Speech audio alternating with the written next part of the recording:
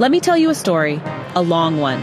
The kind you hear from that one aunt who starts talking about how your great-grandfather once fought off a lion with a walking stick, and 4 hours later she's still describing the lion's teeth.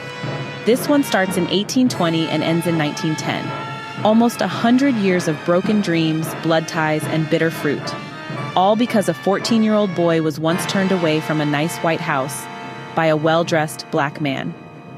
And that, dear viewers, is how a single bruised ego gave rise to a dynasty of despair, and one of the most brooding, complex stories you'll ever read, Absalom. Absalom.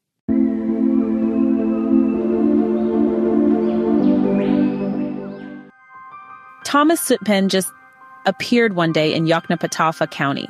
Strange man, strange look, strange manners, traveling with strange company, black followers, and even an architect. And no one knew where he came from. But what he came with was a dream, or should I say a scheme. At 14, young Sutpen had been rejected by a rich white family because their servant, a well-dressed black man, turned him away. And that humiliation planted something inside him. He didn't cry. He didn't scream. No, he made a vow to one day have his own big white house, his own slaves, his own name, his own dynasty. So what does he do? He heads west, hustles, ends up in the West Indies, acquires wealth through mysterious means, that part is foggy, like most of his past, and shows up in Jefferson with 100 square miles of land he somehow got from a Native American tribe. Yes, I'll have the land, the mansion, and the legacy. Thank you. Hold the humanity. Buddy, good job. Then came the house, a huge haunting mansion known as Sutpen's 100. But a house needs a wife, not for love, of course. Sutpen's heart didn't have room for such distractions, but for sons, always sons. So he marries Ellen Coldfield, a pastor's daughter, a Methodist merchant's daughter, a man who owned neither land nor slaves except 2 house servants whom he had freed as soon as he got them, who neither drank nor hunted nor gambled. Basically, Ellen's father, Goodhue Coldfield, was as stiff as Sutpen was wild. But Sutpen didn't care. He saw Ellen, married her, and ticked another box on his dream checklist. They had 2 children, Henry and Judith, and everything looked on track. Until Sutpen's past caught up with him, in the form of a forgotten son.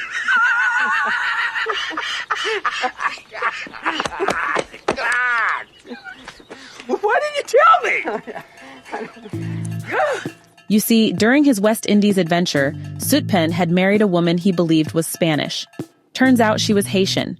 They had a son, Charles Bon. And when Sutpen found out the boy had African ancestry, he did what any tragically flawed Southern patriarch would do. He ran. He saw his dream crushing down upon him before it began and so repudiated both mother and son. Fast forward.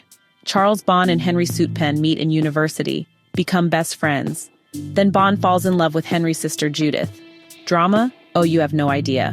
Because now Henry learns 2 shocking things. First, Bon is his brother. Second, Bon is part black. What does Henry do? He struggles, internally, deeply, until his father, Sutpen, begins to work on him, planting doubts, fears, and guilt. And though Henry had once accepted the possible incest of Bon and Judith, it was the miscegenation, the idea of a black man marrying a white woman, that eventually broke him. So Henry, emotionally battered and morally confused, kills Bon. It's called congratulations, you played yourself. And just like that, the dream begins to rot. Sutpen loses both sons, one physically, the other spiritually. Ellen dies, neglected and broken. Sutpen, still obsessed with his bloodline, proposes to Rosa Coldfield, Ellen's much younger sister. But his proposal is cold, clinical, and transactional.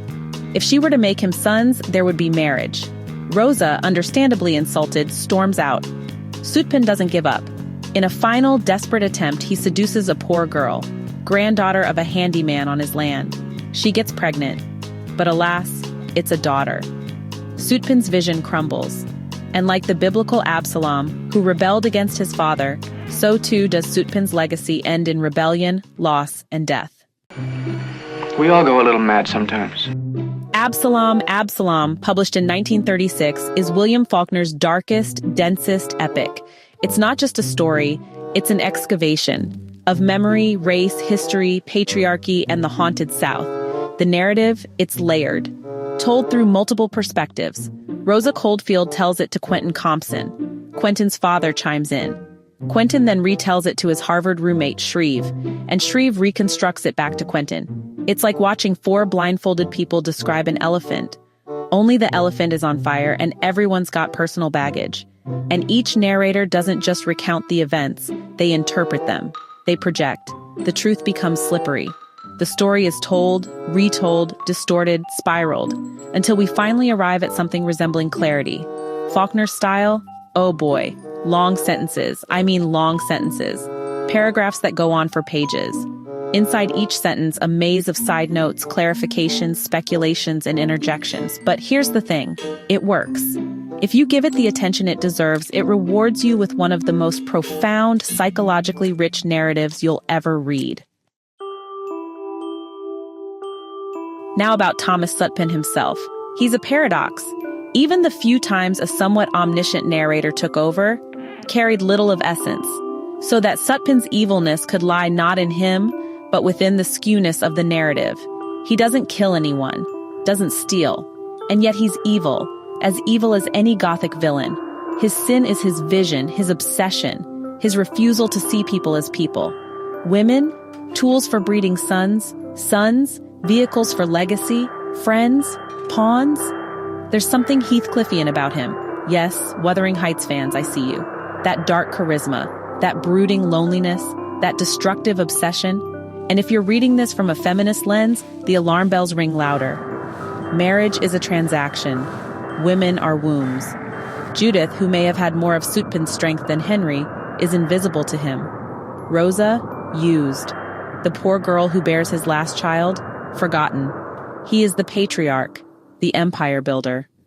And his downfall is the very idea that a man can build legacy by conquering people. Absalom is a masterpiece, no doubt. But it is a tough read. The prose is dense, the chronology fragmented, the narrator's unreliable. You don't read Faulkner quickly, you study him. You live in his world for weeks. But if you can brave the storm, if you can sit with the contradictions, the repetitions, the haunted voices whispering across decades, you'll find yourself changed. Change is good. William Faulkner, the Mississippi-born master of Southern Gothic, won the Nobel Prize for Literature in 1949. He once said, "The past is never dead, it's not even past." And that's exactly what this book is, a past that refuses to stay buried. This has been GM Bookshop. If you've read Absalom, or Tried and Failed, drop your thoughts in the comments. And if you haven't, go ahead. Challenge yourself. I dare you. Don't forget to like, subscribe, and share with anyone brave enough to read 100 pages of one sentence. Until next time, avoid building empires on secrets. Hey, thanks so much for hanging out with me today.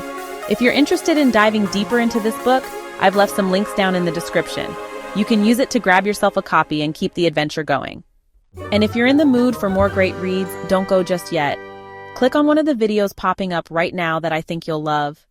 And don't forget to give this review a like, leave a comment, or even subscribe if you'd like to see more. Every bit of support helps us grow this little community of book lovers. See you in the next one.